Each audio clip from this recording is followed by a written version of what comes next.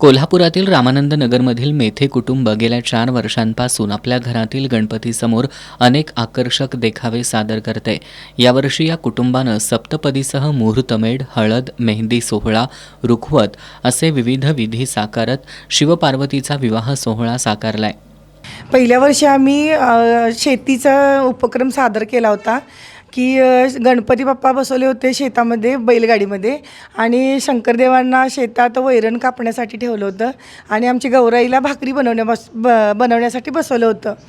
आणि दुसऱ्या वर्षी आम्ही गौराई आमची लोणी दही ताक ढवळते असं केलं होतं। दुसरी गौराई आमची जात्यावर दळण करते हे बसवलं होतं आणि शंकरदेवांना सोन्याच्या पेढीवरती बसवले होतं।